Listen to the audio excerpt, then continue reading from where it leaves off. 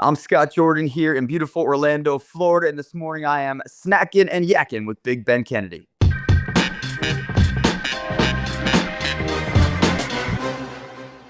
That's right, Scott Jordan, star of Monster Jam TV, star of, or one of the stars of Making the Band, one of the stars of the Chippendales on tour, one of the stars of Legends in Concert, the Justin Timberlake, premier Justin Timberlake performer, a tribute artist in the country, and Glen Burnie High School Wall of Fame honoree.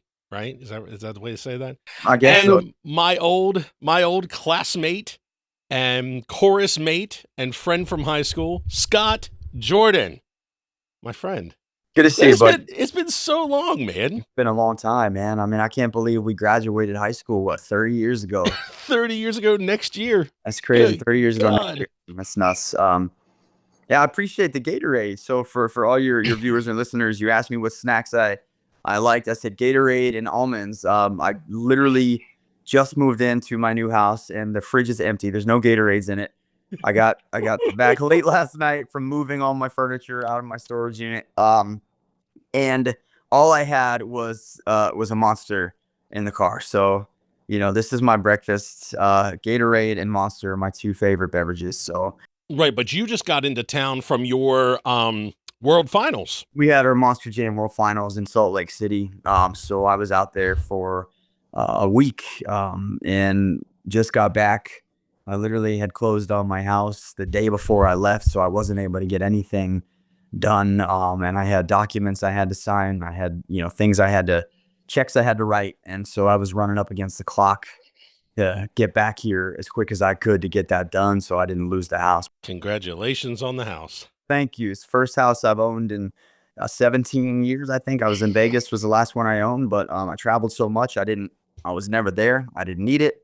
I was living in hotels and condos and just renting. And then, starting over in life. So I'm at a crossroads where, going through a divorce and, got three kids and my responsibility to put a roof over their heads from my standpoint. So that's what I'm doing, man. Now, you living in beautiful Orlando, Florida. I remember after we graduated high school, you went to University of Central Florida. Correct.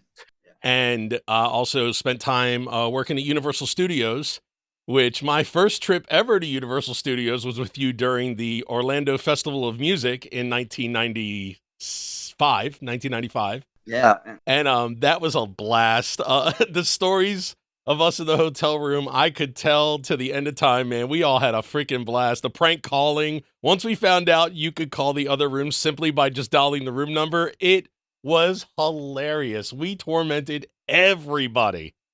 Good God. Poor Ken Kraft and Nancy Beal, if you're watching, I love you guys. Boy, we really tormented this shit out of you guys those nights.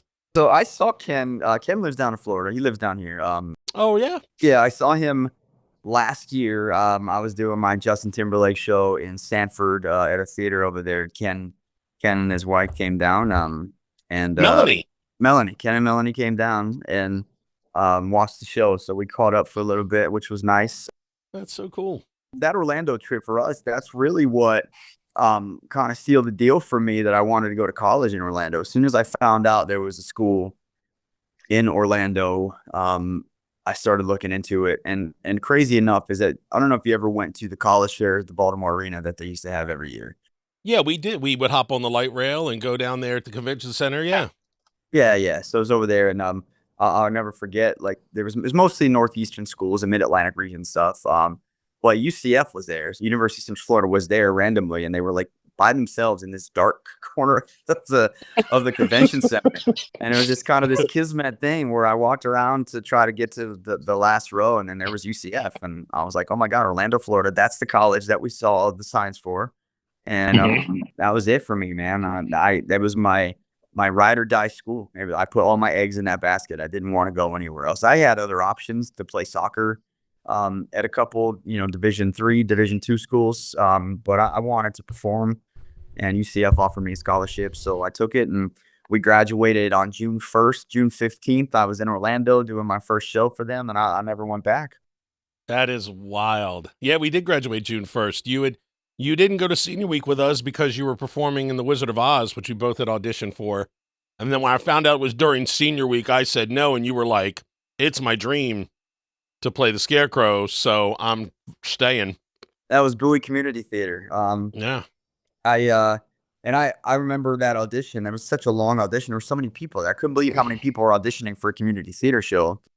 We went there like in the evening. We didn't leave till like 11 o'clock at night or something. It was dark when we Yeah, left. and I made them. So she initially had me read for the Tin Man, and I didn't want anything to do with that. So we stayed, and I approached her after she was done with everybody, and I said, "Listen, I really want to read for the Scarecrow. I can do the whole song and dance from the movie with Ray I Bolger." remember this. And Yep. she said, "Go ahead." She said, "Go ahead, go up there and do it." And I did it, and I got the part. So, yeah, that was a daunting production, man, compared to what we were used to at Glen Burnie.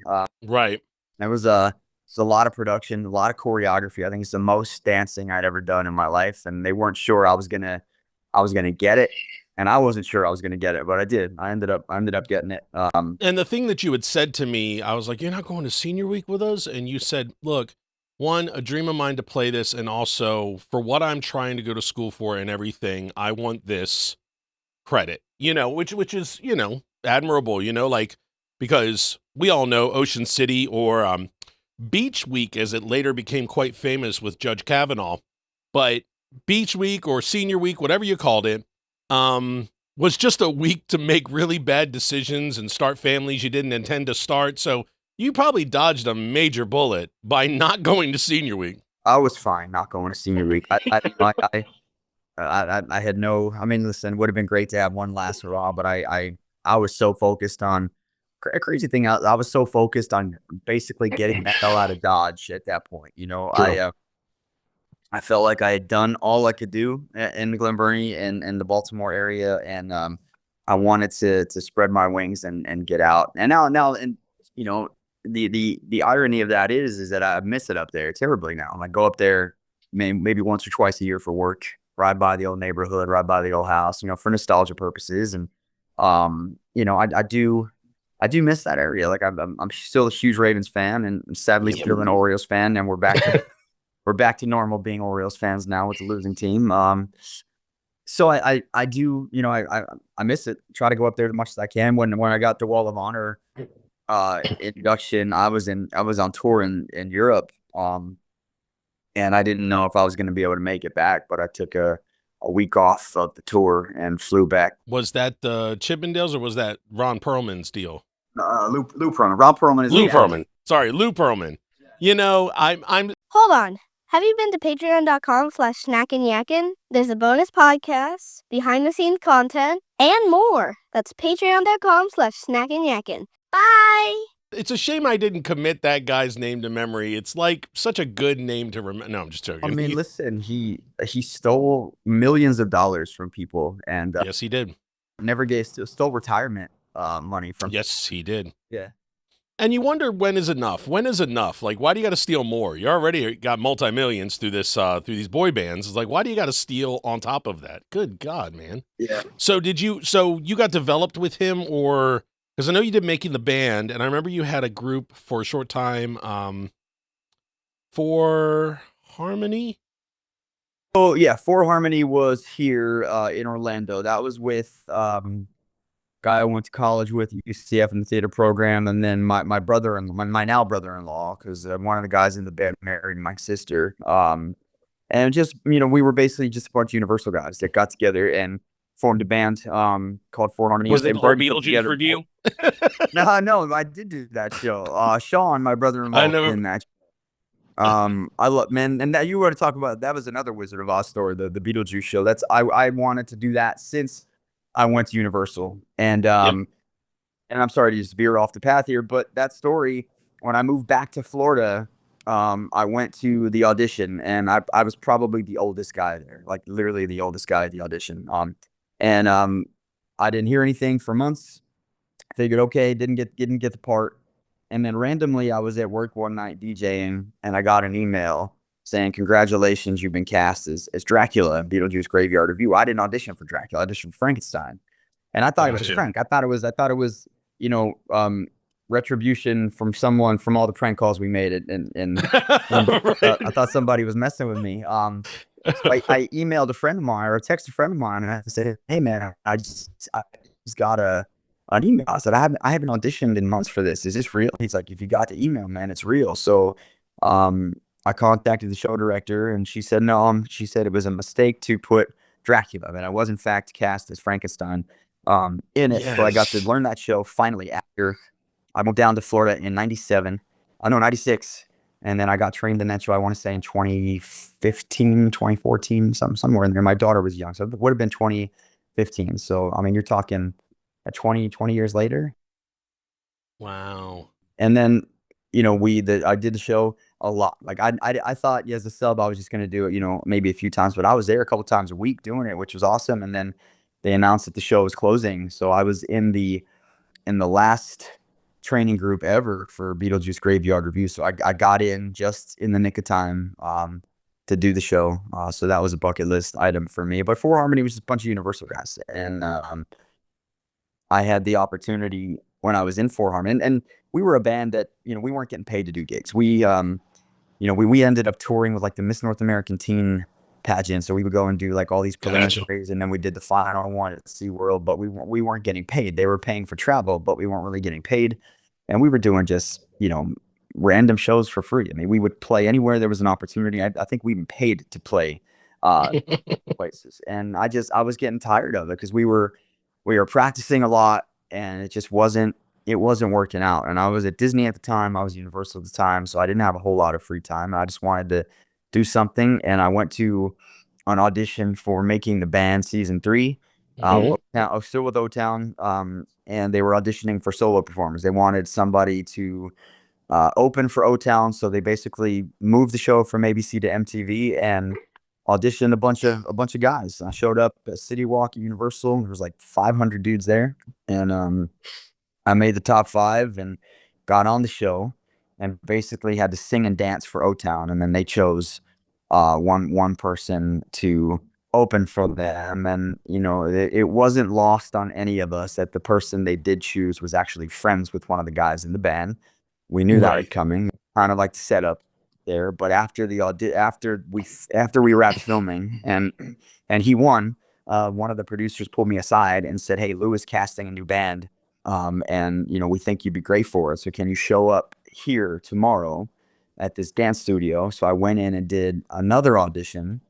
And then after that audition was over, I was given the green light to drive up to San Mike Road to Transcon's office and meet with Lou personally, and signed with them. And we were called 21. We were supposed to be this super band of 2 really great singers and 2 really great dancers that combined into this super group. So the whole Gotcha. foundation was built on the 2 singers, guy leading the vocals, and the 2 dancers leading the live show. But unfortunately, the dancers ended up wanting to sing, and it just sabotaged the entire group. Oh, But I think it man. was a great experience because I went. I mean, like literally from the time I sat in Lou's office to the time I ended up in Europe was probably, I think it was just maybe a month that I ended up.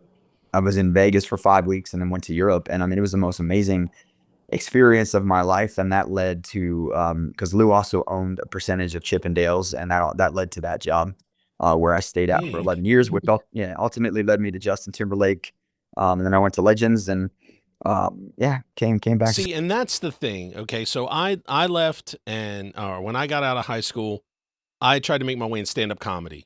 Did really well at it. I mean, I was making a lot of great headway at it. Then when I had a family, moved down to South Carolina, it kind of just fell away. And I always kept doing creative stuff. I have a comic strip that I do based on my life as a paramedic in EMS. That's my real job. Yeah. And then I kind of did, I did other things here and there, but comedy was always coming back. And then I had a couple of podcasts before I did, this one. This is my most ambitious project to date, and it's been well received, and I'm very happy. But the whole thing about it is I've always admired the fact that out of us who, we were big dreamers, we all wanted to be famous, we all were school plays and musicals and all that stuff, you really made a career out of entertainment. All of us together, you are the one who is constantly on our screens or constantly just you keep showing up like we can't shake you. It's like, oh, there's Scott. It's something new. There he is now. Yeah, I always had to hustle, man. Yeah, there were day jobs sprinkled. They were, my day jobs even were fun. Man, I worked at Nickelodeon. Nickelodeon built a big resort down here, and they had a huge soundstage, and they did filming, and I hosted game shows. Like I got to slime people Got you. day, which was awesome to be on slime. Right, we saw that at the old Nickelodeon studios. We would watch them do that Yeah, thing. so when they moved the studio to LA, they built this giant hotel resort soundstage over by Disney, and just inputted a lot of stuff over there. So I got to do that, which was great. But I've always, man, I've just always loved performing. Hustling, DJing, hosting, karaoke, like trivia, all that. I just always wanted to be in front of a crowd on a microphone. I did finish school finally after 25 years. I promised my parents I would do that. Wow. I did finally get that done. But what was the degree? Just arts? But I ended up leaving the theater program at UCF. So, but I was able to use most of those credits ended up being elective credits and counting. So, my degree is just generic. It's marketing, business. Oh, got you. Yeah, Gotcha. I was when I was on the road, man. I was taking classes everywhere from the University of Phoenix to DeVry to That's wild. all of those crazy schools online that you see where it's like American Eagle Management University. Like I was taking classes just to get enough credits to do it, and it was sporadic, but I was still trying to get it done. But I just always wanted to perform, and so music. When I was in college, the theater program at UCF, for me, generally a freshman and sophomore don't get the opportunity to step on stage at all. You're working in the box office, you're working in the costume shop, you're working building sets. You don't get to come on. I was in a fortunate position where when I came down to Florida for orientation, somebody dropped out of a play they were doing, and since I was in town, they offered me the role. So I came in as a freshman, basically enrolled early and started performing. So I thought that was going to be my path. I thought, okay, here I come. I was this big fish at Glen Burnie High School, doing all the plays, getting big roles. Now I'm a freshman doing a show, but it wasn't like that, man. It wasn't like that at all. And so I got bored of it. I didn't want to work in the box office. I didn't want to work in the shop. I wanted to be on stage. And so I started performing at the theme parks every day just to keep myself fresh, and the music just kind of took over. The boy bands were going crazy down here at the time. It was like, yes, they were. Backstreet and Sync, everybody was here. O-Town, 98 Degrees wasn't in Orlando, but they were out there. LFO was in Orlando, and music that's where my right turn went, and I stayed in music and moved out to Vegas and just was able to make a living as an entertainer for 20 plus years, and then still had that desire to be on television, and lo and behold, Monster Jam came into the picture, and that's so cool too. It's been a huge blessing, man. It's been the greatest job I've ever had. I get to be on television 2 hours every week, and it's been great. Well, the whole thing with Monster Jam is as I kind of checked in on you for this, I've been keeping up with you, as we've been friends on Facebook and everything, and seeing the stuff that you're doing. But in checking up, so you were kind of in the, you were more on location in the beginning, right? Like you were interviewing on the side, interviewing the drivers after the runs and all that stuff. But then eventually it was like you were moved up to the booth, and then you were moved over to the show, so it's like even there, you couldn't be denied. You were just climbing up, through everything. And you definitely have such a presenter. You're so good at presenting. Like you fit the TV presenter role, the such and such and such and such. You have that great intonation. It's really, really neat to watch. I'm like, look at it. Yeah, I see, because you get to know that. You know, I did a little bit of time in radio, I did a little bit of time in that kind of stuff. And your voice is like, to have the voice is important, and you do so well with the voice, you know? I appreciate that, man. I think a lot of that helped get me to where I'm at now. I started as a pit reporter, and Gotcha. it was I think initially it was a 9-week contract that I signed just as an independent contractor. I was at the time that I auditioned there, I was a low-level manager at Universal in entertainment. So when Beetlejuice closed, they didn't offer me another role. They offered me a management position because that's what came. I got health benefits, and my wife at the time, we had just had our first kid, and Gotcha. she was little, and I needed something with health benefits, and the pay was terrible. I was making, I think, like $12 an hour, $13 an hour, or something like that as a manager coordinator. And but I did it for the health benefits. So I was working there five nights a week, 5 days a week, and then I was also hosting karaoke 3 nights a week, or DJing, or whatever. Just, I mean, I was working three to four jobs just to make ends meet. And Monster Jam, I saw a post for Monster Jam for auditions, and I'd been to Monster Jam when I was a kid, and I didn't really know a whole lot about it other than some of the trucks and drivers. And my ex told me to go to the audition, and I said, I don't know anything. I watched Supercross, man. I knew bicycle, the bikes, Right. like, more than I knew trucks. So I went to the audition. Ironically, the audition was at the same place that we would rehearse one of the boy bands at, so that was kind of funny. And then That's neat. I auditioned, and they hired me to be a pit reporter and sent me on the road like a month later to Anaheim, California. And basically my entire job was to talk about the trucks, and I didn't know anything about the trucks. So I had to learn on the fly, learn on the job, which they were very helpful and make sure I had the resources. And I try to find new ways to relate the fans to different things. So, we were in Miami, I think in Marlins Park. I grabbed a baseball out of the bullpen, and I stood on top of one of the big tires, and I threw the baseball off onto the dirt. And I talked about the velocity of that baseball and correlated it to the velocity of a Monster Jam truck landing off the same jump, off the same ramp. We would go to Santa Clara, the 49ers stadium, Levi Stadium, and there was an amusement park right and basically in the parking lot. So I used footage of the roller coaster and talked about G-force and compared G-force Yeah. and the roller coaster to G-force in a Monster Jam truck. And it just, they kept liking it so much, they kept asking me to do more. And then finally, I went to Cardiff, Wales, to be the pit reporter for our Fox broadcast, and got on TV. And then we switched networks from Fox to NBC, and they wanted somebody with more of that presenter broadcasting, persona that's to lead that show. So I had the opportunity to audition for that, and they moved me from live event pit reporter to TV host. I was still on the road, so I would go out on the road every weekend, and Wednesdays we'd go and film TV. And then when our television program was transferred over to our creative department, our team over there offered me a full-time position writing all of our TV shows and then also hosting. So it's just been amazing. I've been there 8 years now. And we put out, 90 to 100 episodes of broadcast television a year. We're on Racer Network right now, which is a motorsports network, 24-hour motorsports network.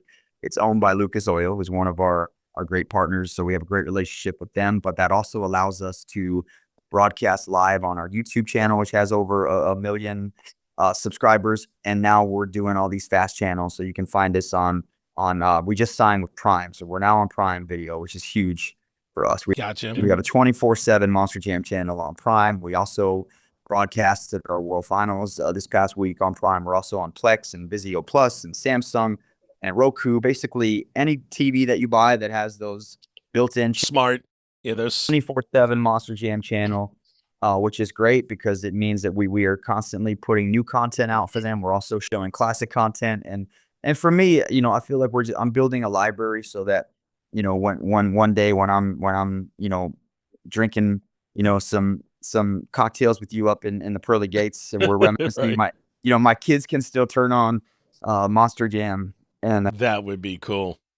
so yeah, man, it's crazy, but we're moving into the digital age. So the fact that we still have network television that we're putting out, but we're also 24/7 a lot of places. It's insane. So cool. Now, the North Charleston Coliseum hosts a Monster Jam, and I worked for a hospital-based ambulance provider that did the medic stuff out there, but I never worked those events. I tended to work the WWE and basketball tournament events, but a lot of them worked the Monster Jam. But I did go as took my son to it.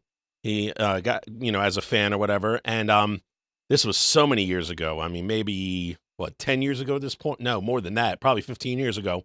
And yeah, I was a paramedic, so it was probably about 11 years ago. And the weird thing, 12? God, how long have I been a paramedic now? But when I was there, the announcer, he says, I want our veterans to stand.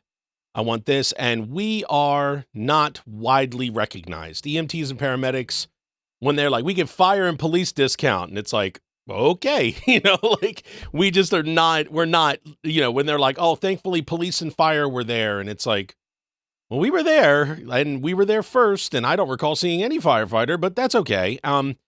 Then that announcer said, and I'm talking about your EMTs and paramedics. And my wife goes, stand up. And I'm like, no. And she's like, stand up. And I'm like, ugh. So I stood up and the whole section around me is giving me this big round of applause. And it was like kind of embarrassing, like, because I had not been used to being thanked for my service, like, ever. And but Monster Jam was the first like public event that really did that. And I will never forget it for as long as I live, that they.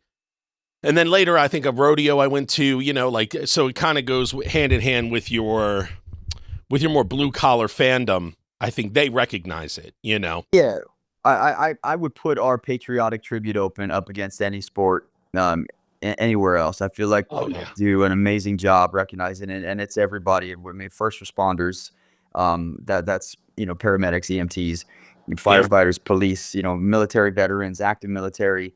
We make everybody stand up, and then we pause so that they can get recognized. And then we do our presentation of the flag, with usually local fire department, local police, and then we do this big build up into just getting everybody hyped, talking about United States, and then the anthem goes off, and then there's just fireworks. It's just it's amazing. We have a great song from a band Low Cash that we partner with called Three Favorite Colors, that we always, Okay.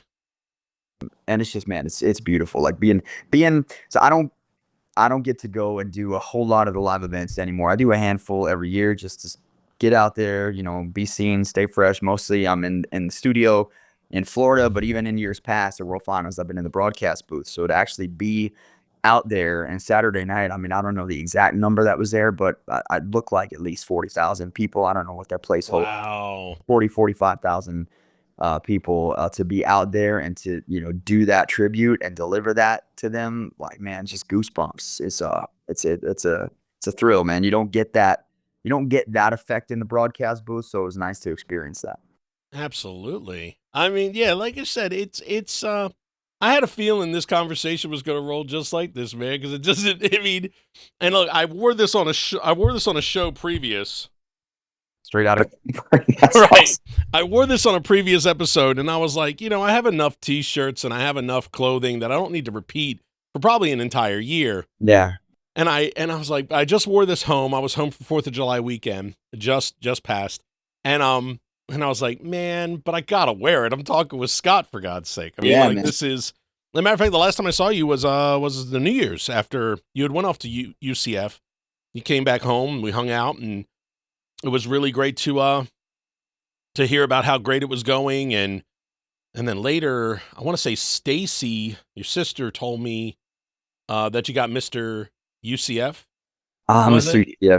Yeah, Mr. UCF. Yeah. That was a pageant. I was the first freshman in history to win that.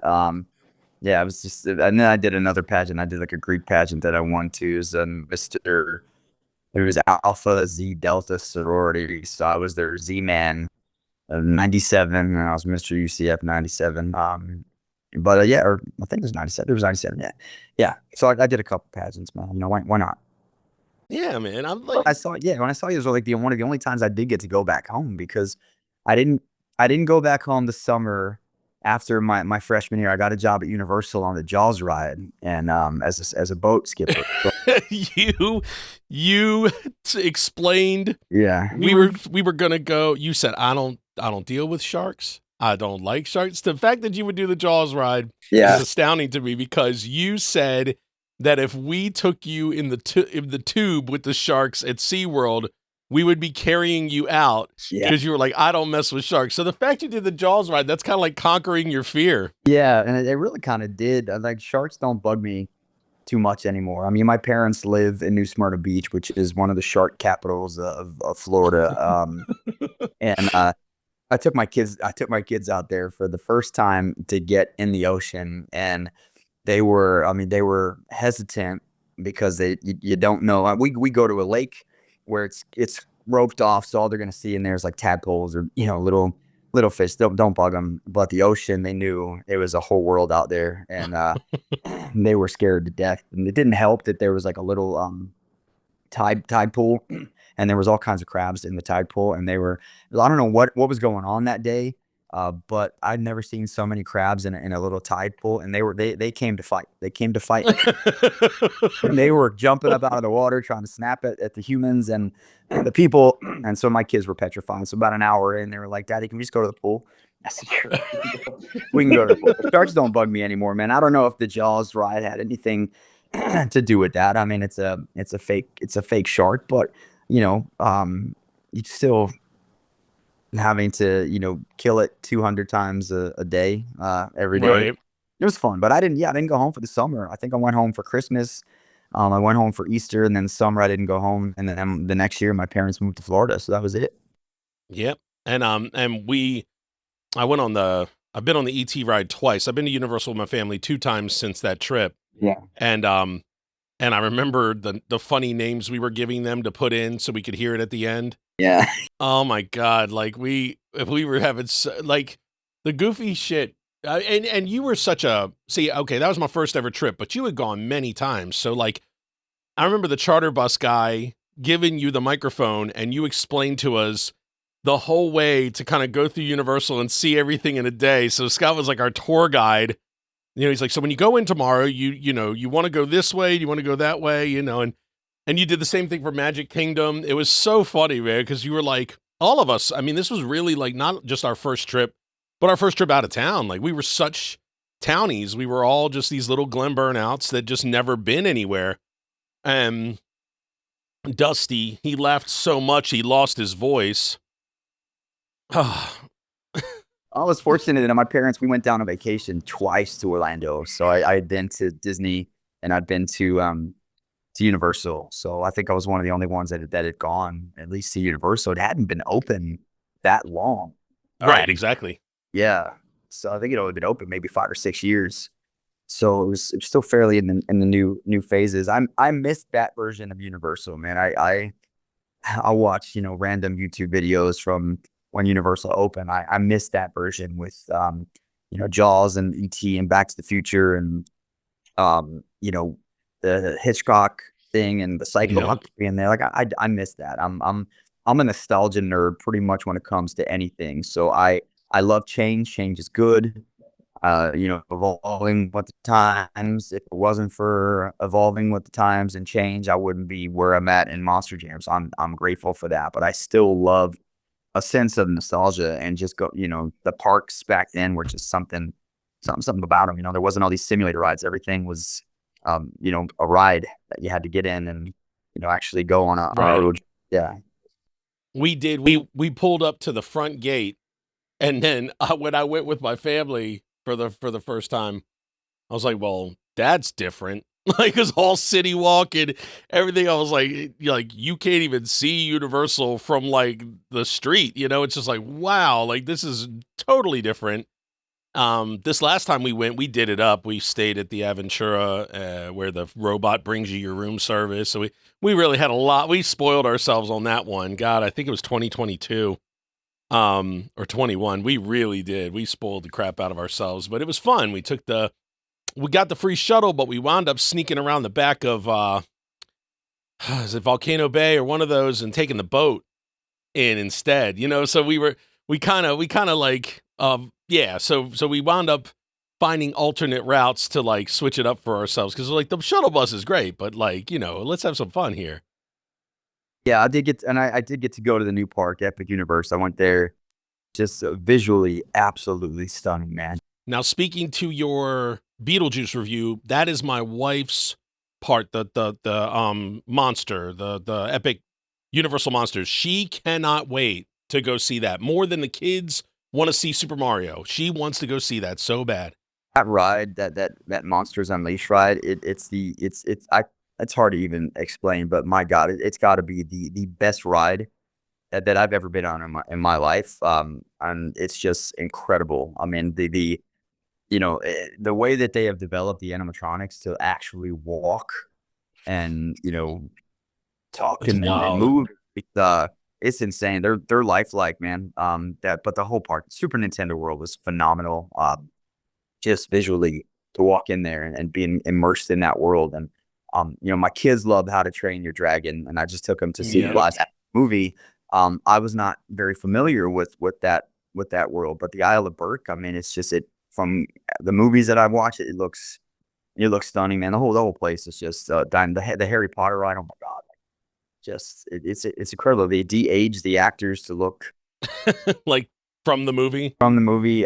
So it's just it's insane. But I wanted to go so bad, and like I kept seeing all these influencers and YouTubers getting to go, and I'm like, how am I not getting an invite to this thing? And then finally, I got a ticket, got an invite, and went, and it just blew me away. That is so cool, man. My favorite ride right now is Runaway Railway over at Hollywood Studios. I haven't done that I yet. I think that is probably the best one. I mean, but I'm a fan of these new Rise of the Resistance is the same. These new remote controlled or however they're doing it, free floating kind of things on the floor. I find them to be so wildly fascinating. And the fact that you can ride the ride and depending on where you split off, it's kind of like a different adventure of sorts. And so I always thought that was cool because then you definitely want to get on it again to see if you get a different outcome. And it's like, way to kind of create like something that the public, has to or wants to, just has to ride again, you know? Well, But there's so many options. You want to keep people coming. You want to keep people Oh, yeah. back. So you have to keep developing, and they've just done an amazing job to keep evolving and putting pieces in place that keep bringing people back for the third, fourth, or fifth time. So how old are your kids, if you don't mind me asking? My oldest is 9. My middle child is 7, and then my youngest is 6, and they all still have birthdays coming up. So they'll be 10, 10, 8, and 7 by the end of the year. Got you. My youngest is 9 Yeah. and my oldest is 19. And I only have those two. And that was not planned that way, but it's the way it happens. And Yeah. my girl is 9, my son is 19. So girl dad thing. So are all 3 of yours are girls? Yeah. All 3 girls, man. They're great. I remember when we were going to figure out the sex of the baby for Benjamin, I had a friend named Doug Powell, very funny comedian, and Doug had a daughter. And I said, I get to find out the sex of the baby tomorrow. I'm hoping it's a boy. Give me a boy. And he goes, you don't want a boy. And I go, yeah, I do. And he goes, no, you don't. And then he's like, I said, why? And he goes, because a girl is like daddy's kid. He's like, let me tell you, my daughter's 3. And the other day she walked in the room and she proposed to me. I'm like, oh my God, that is so cute. I think I want a girl. And then it was Benjamin. So then nothing happened for like 10 years. And now I got her. And it's like, oh, this is where it's at, man. And you've got it in ×3. That's got to be so cool. And they're all so different, man. And I was scared to death to be a girl dad because I wanted a boy. I didn't know if I'd be able to, relate to being a girl dad. I got started late in the game. I didn't think. Oh, yeah. Yeah, I was still on the road when I came home and met my then wife. It's with everything happened so fast, but I honestly I think it was 37, 39, 38, 39, and I gave up on having kids. I just thought I was gonna be this gypsy my entire life, traveling on the road from show to show, town to town, and I was okay with that. But then as soon as we had Lily, it was like just changed everything and Yeah. priority were changed. And then a year later, Joe, we wanted to have a big family, a bigger family. I thought we were gonna stop at two. We wanted to have them close together, but then Ivy was the surprise. Our last one. We did not plan on having a third so soon, but I mean, she's been great. She's the funniest little kid. But they're Yeah, like, you said with both their birthdays still to come, that's almost Irish twin situation with the year apart almost too. they're literally almost a year apart. So, and they look so much alike. Joey and Ivy do. They look like twins. They have the dark curly hair, like their mom did. Lily has blonder straight hair, like I did when I was a kid. And By the way, Miss Jenny says hi, and she calls you Blondie to this day. My mom, I said, hey, guess who I'm interviewing? I said, he's the host of such and such. She goes, not Blondie. yeah, And I'm like, yeah, she has called you Blondie since high school. yeah. Well, I'm honestly thankful I still have my hair because with as much bleach as I used to put in that. Yeah, see, mine too. I was talking about that, sadly, with a cancer survivor friend of mine, or she's still kind of battling it. When she lost her hair, I was like, I couldn't imagine. It's not like it's a part of my identity or anything, but like, you definitely watch the entirety. I've never been to one of our high school reunions, but I always regret that I didn't go because maybe you, me, Nat might be the only three who still have all of our hair. Like it would be kind of funny to roll up in there. I didn't go either. I haven't been to any of them. I've never been even Neither have anywhere I. close to town when those have happened. I kind of wish I would have gone to one. I don't think we're ever going to have another one. I think from what I saw on social media, the turnout from the last one was like maybe less than 100 people. Yeah. And that's if you count the dates. If you count the plus ones. Oh So yeah, nobody really probably showed, I mean, you got maybe 50 of us, 50 of them at best. But I don't think Nat's ever been to one. I've never been to one. I really don't know. I mean, I guess it would be the Glen Burnie faithful, like the yearbook committee, like those guys probably, you I know. mean, there's some people that never left Glen Burnie. And that's okay. It's home for them. It's always going to be home for me too. But I needed to get out and do some other things in my life. But I mean, I still love it. The area looks so different now Yeah. than when I lived there. Even the school, like when I went back for the Wall of Honor ceremony, I mean, I didn't even recognize the school. It was a wired fence around. Yeah, they put the fence up because you and I kept leaving to go to second period Burger King and third period Sam's Bagels or whatever the heck it was called. We kept leaving. Our senior year, we left so much. I think my final semester of my senior year, I think I only had 2 classes. Yep. I was out by 11:30 every day, and I wasn't sticking around. I was going home. But yeah, I mean, we would leave for lunch as soon as we got driver's license because you could. There was no rules prohibiting that. I mean, Yep. did they frown upon it? Yes, but could they really stop us? No. No, I took Mr. Pinder's like keyboard class, like to learn to play keyboard, and all I wound up doing was just being like a teacher's aide for him. He was like, "Hey, can you go make copies for me?" He just like kind of had us do errands around the school. That was a lot of fun. I was a teacher's aide for him, and I also took the piano class. So I was there. I was there with him for like 2 hours straight as his aide, and then as the piano because he had when with the period I was his teacher's aide. He did have a chorus class, so I would always just kind of sit in and obviously do what he needed. But I would just sit there and sing with them too. But yeah, man, it was we would leave and go, and then I honestly, from what I heard, it wasn't so much the people leaving; it was the people that were coming that didn't go to the school Correct. that were coming to cause debauchery and chaos. Yep.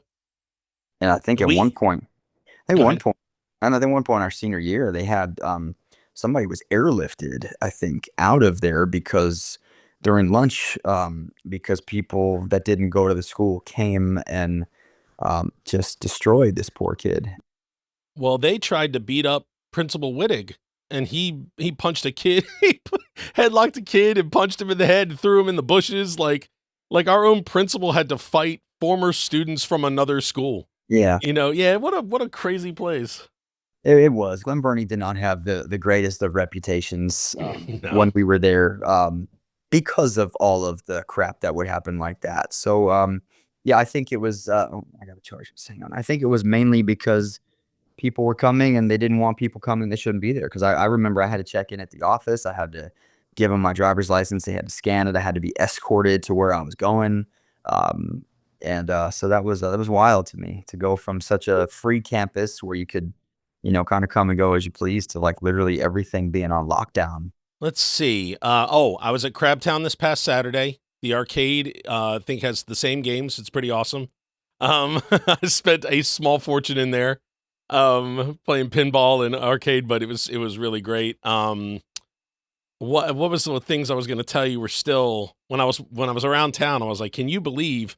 Now things change. Arundel Mills might have been cropping up after you already left, so I don't think you really. But we're building it. The two things that came right after I left were Arundel Mills and the Ravens. I was a little upset that we finally got a football team as soon as I hauled ass out of town. But So Marley Station Mall still exists. I wanted to take my daughter there just to have that nostalgia, and I had her playing around in the carpeted court, the center court with the glass elevator.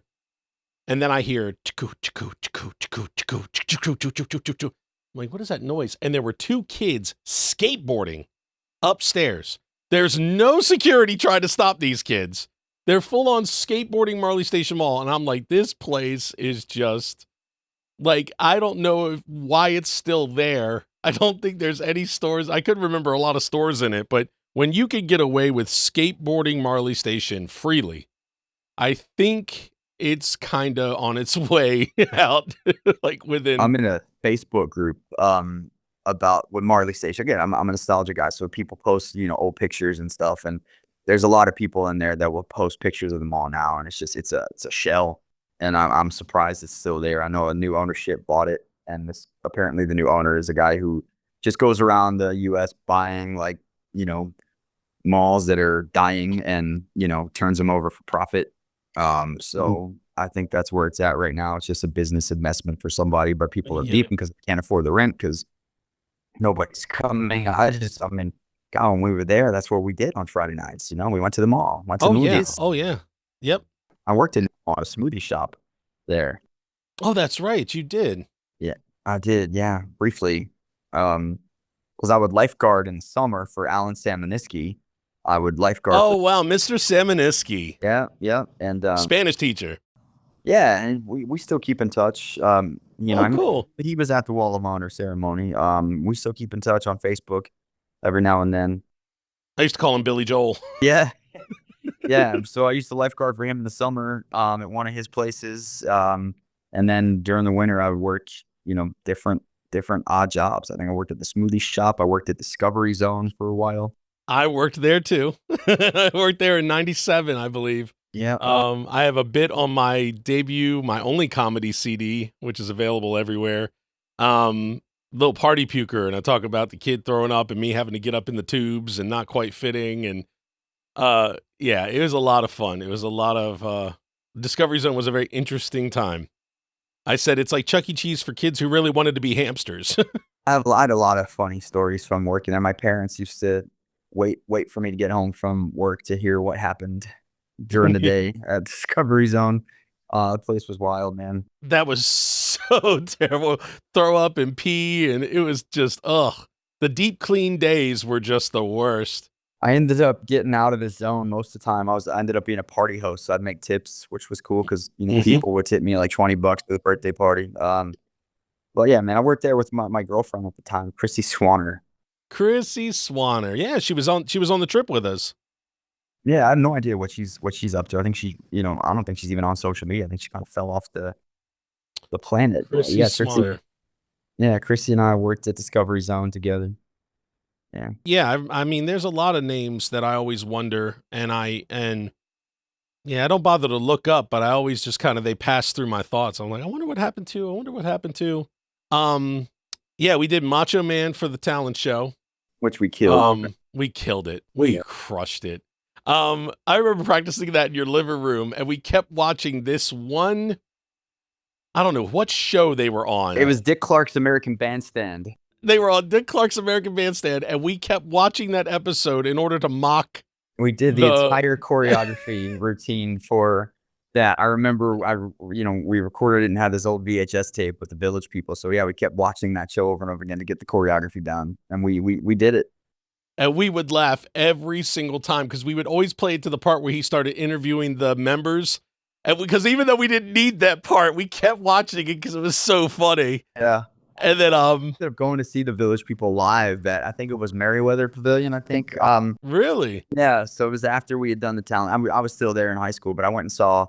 I did go and see the Village People there. It was a fun show. Your parents still around? Yeah, man, they're still happily married. They're retired in New Smyrna Beach. They came down here again my sophomore year, so it would have been 97, 98 ish. So they've been down in Florida now for almost 30 years. They were always very, very nice to me after all the performances and everything. They were very sweet. They're great people, man. They still come to, as many performances as they can. My band's headlining SeaWorld August 9th, so they're coming to that. They're coming to Monster Jam the week before. Now, your band, explain that one to me. So it's not the JT thing? No, so I do Luke Bryan as well. So I do Luke Bryan. Okay. So I've been doing that for about 10 years now. And it's great because, every couple of years, Justin Timberlake goes off and makes movies. And so, he sort of becomes a little, not irrelevant, but just there's not a need for it. So I put together the Luke Bryan show simply because I knew the songs and I had a beard like him. So I thought this and it's really taken off. I have a great agent based out of the Tampa area. And I'd say probably my tribute bookings, 80% of them are Luke Bryan, 20% Justin Timberlake at this point. Wow. Yeah. Quite the opposite. Quite popular JT back in the day. Yeah, no, for real. But I still do Timberlake. And still we went to took the Timberlake show on New Year's Eve over to Qatar to LUD Air Force Base in Doha. Wow. To perform for our Air Force troops. So still get some good stuff for JT, but the most consistent bookings are the Luke Bryan, and that is, of course, when I have time. I mean, my full-time job takes priority and takes precedence. So, the band stuff happens, when I can make it happen, but when it does, it's always great. Do you do remote? Basically, like your show is out of Florida? Do you have to travel a lot? We have our studios are Feld. We're owned by Feld Entertainment. Monster Jam's owned by Feld Entertainment. Oh, Feld, yes. That's my employer. And it's such a great, phenomenal company to work for. I mean, anytime we have auditions or job openings, I post it because you won't find a better place to work. It's a family-run company, family focus first. But I mean, it's this juggernaut of live entertainment there. Oh yeah. We have Ringling. They brought Ringling back. Yeah, minus the animals. Yeah, Right. Great show on Earth, man. Still going strong now. Ice is a big IP that we have. We were doing Marvel Universe live, Jurassic World live. We did Trolls at one point, and then Monster Jam and Supercross. So that is a different branch of the company that's technically called Feld Motorsports. They bought Monster Jam from Clear Channel. Oh, got you. It's just that it's become Monster Jam has become, under the Feld umbrella, has just become this global phenomenon. You can't walk into a store without seeing Monster Jam toys, shirts, hats, bedding. I mean, I'm so proud to be able to take my kids into Target or Walmart and go down the toy aisle. Of course, they want to go to the slime aisle, because they love slime. That they want to go to the baby dolls and my oldest wants to go to the gaming stuff, but they always go past the Monster Jam stuff. And like, oh look, Daddy, that's Monster Jam stuff. And we have a unicorn truck now, so they like that Sparkle Smash. But we have the Feld Entertainment headquarters are in Palmetto, Florida, so that's down at Bradenton, Sarasota area, which is about an hour and 45 minutes from Orlando.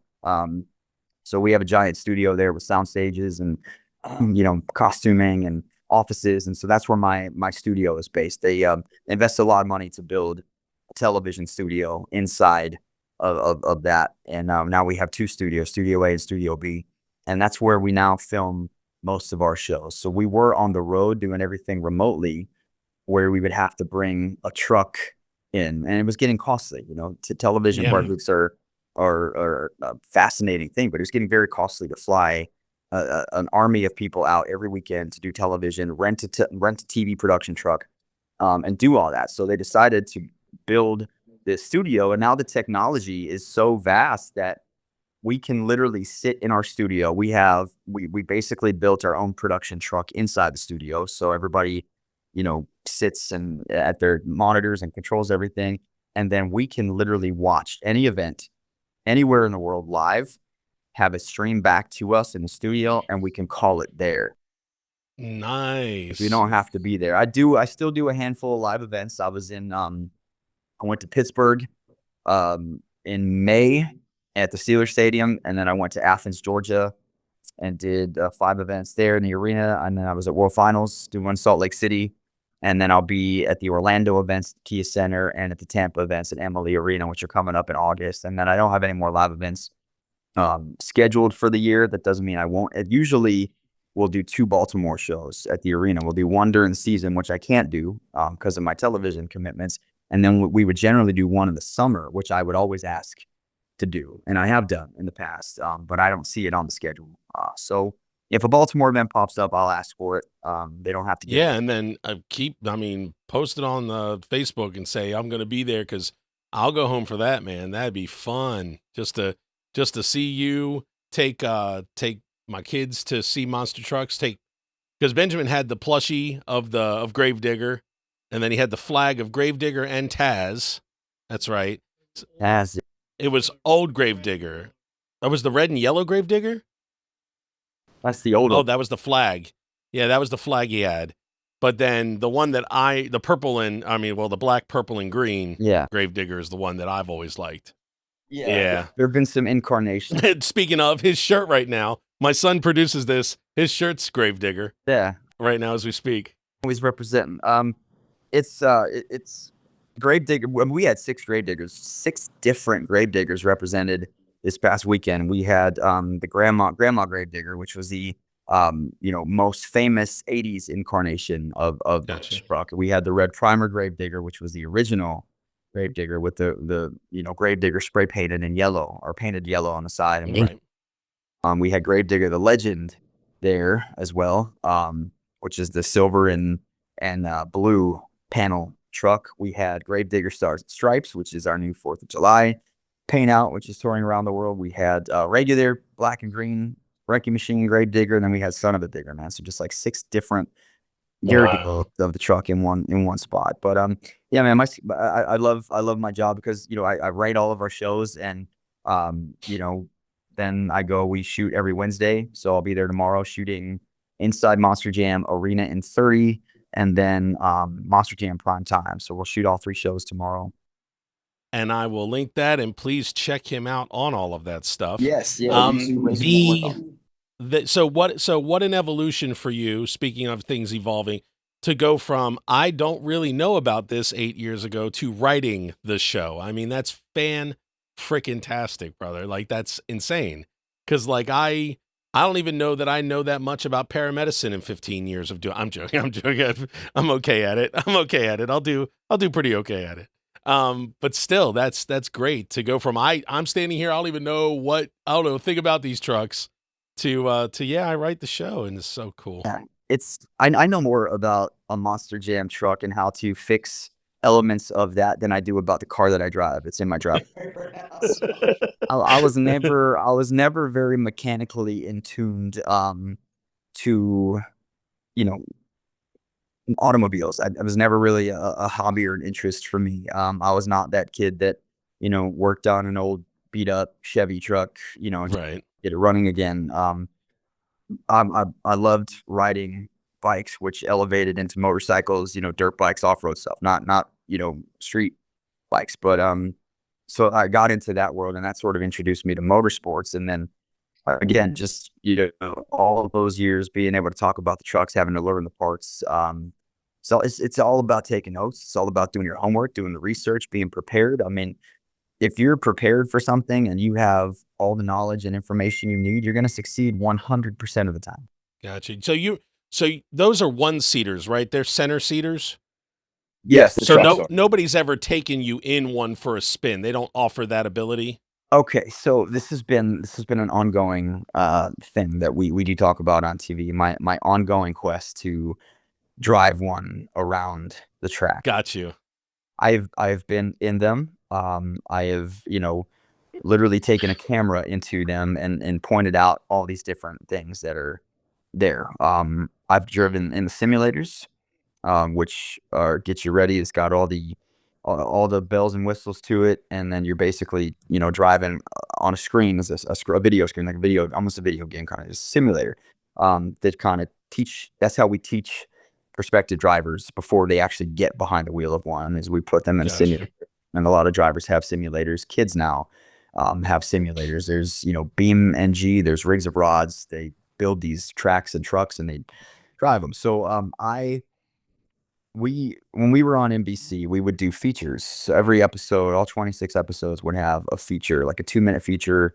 And we would do, back home with somebody. We'd go, take a camera to their house. We would, go off and do all these things. And so we were coming up on what would have been our 4th season on NBC Sports Network. And so I pitched a feature, which was Learn to Drive with me, where I would go and, finally made my dream of driving a truck, and it was approved, and we were ready to go. And then NBC decided that they had this wonderful idea for Peacock to come out, and which has been great. My kids love it. I love Peacock. Everything is there. But because of that, they shut down NBC Sports Network. So we moved to MAV TV, which is owned by Lucas Oil's now Racer Network. And because we moved to MAV, we did not have to do features anymore. So all those features got shut down. So I'm still on that quest. I've had some opportunities, some offers from independent teams to come and drive. I as much as I would love to, I want the first time I drive a truck to be at a Monster Jam event, Right. in a Monster Jam truck.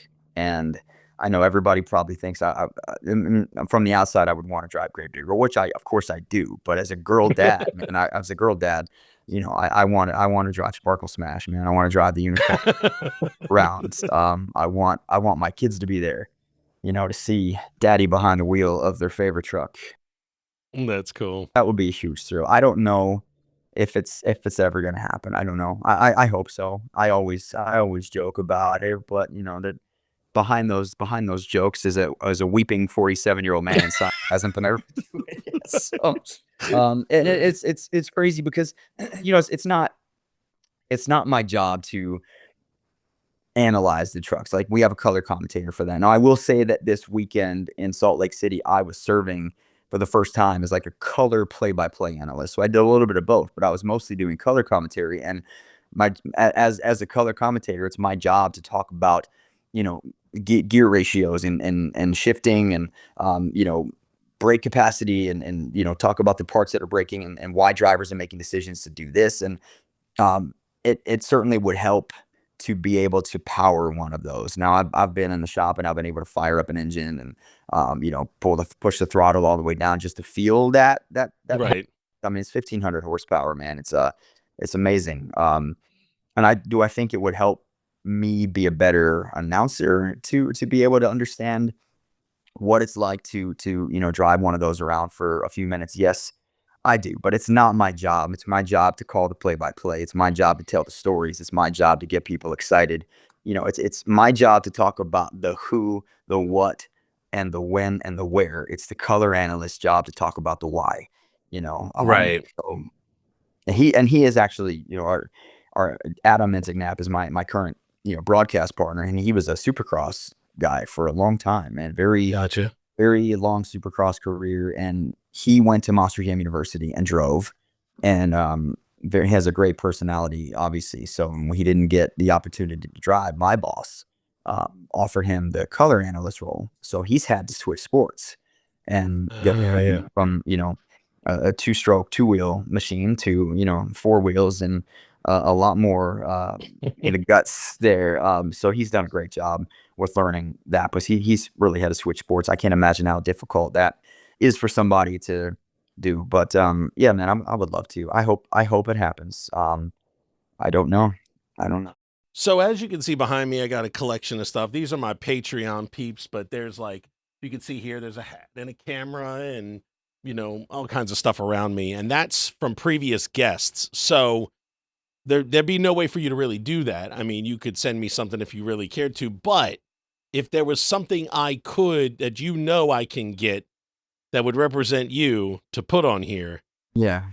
what could I get? What could I get, you know? I'll send you a die cast truck, man. I'll send you, you know, if you have a favorite truck, I'll pick one. Yeah, I'll send man. it. Of course, love the Gravedigger, like I said, but you know what? For your daughters and for you, send me Sparkle Smash and I'll send you send me something. Yeah, send me something good. You're gonna be all right with a unicorn behind you. Heck yeah. You kidding me, man? Girl dad to another, man. Absolutely. Sparkle Smosh, man. I got a few of them on my desk, so I'll wrap one. You just have to send me your address, and I'll slap a FedEx label on it. And not to bring it to that, but I wanted to tell you that a really great memory of mine was when we were having the memorial service for my kid brother at St. Martin's in the Field there in Severna Park. And I just turned around and there you were, my height, maybe a tiny bit taller, just grabbing me up in just the best bear hug and all that you guys did with that vigil in the backyard and everything. Just honestly, you're going to go through something like that in school, which makes you famous for all the wrong reasons. Do you know what I'm saying? Like now everybody knows who I am, but it's like, I can't control the narrative. Right. At least I had some really great people around me to still let me be a high schooler. I always enjoyed your friendship in school. You know, I thought we were very close. You know, I was on the soccer team, the track team, so and the theater and the chorus, so I had to. You balanced it so well, though. Go with those people who some of those people didn't like those people, and some the other people didn't like those people. But I didn't care. I didn't care. I wanted my friends. Didn't care what they did, who they were. You were my friend. You were my friend. And I think I was, and I know you were. You were one of my very good friends. Yes, sir. You were. And seriously, before this lifetime is up, I know we want to share cocktails at the Pearly Gates, but I'd like to share cocktails prior to that at some point. That would be nice, man. That would be nice. All right, man. Well, take care of yourself. And everybody, thank you for hanging with me on another episode of Snackin and Yakkin. Be well. Take care. Say bye, Scott. Bye. So many snacks. So many snacks. Hi. Well, thank you for watching another episode of Snackin and Yakkin. Do you want to be one of these names scrolling up the screen right now? Or maybe one of these photos in the frame right here? Well, it's very simple. You just join our Patreon. That's patreon.com/snackinyakkin. Membership levels start at $5 and go up to $15. And there's more perks the higher that you go. And let's face facts, you'd probably spend $5 on Starbucks or Subway next month anyway, right? But for your membership, it helps this show go. So thank you so much for stopping by patreon.com/snackinyakkin. And now, consider watching one of these two videos right here and going through the channel because there's plenty of show to go. And thank you for coming with me on my journey as I do some more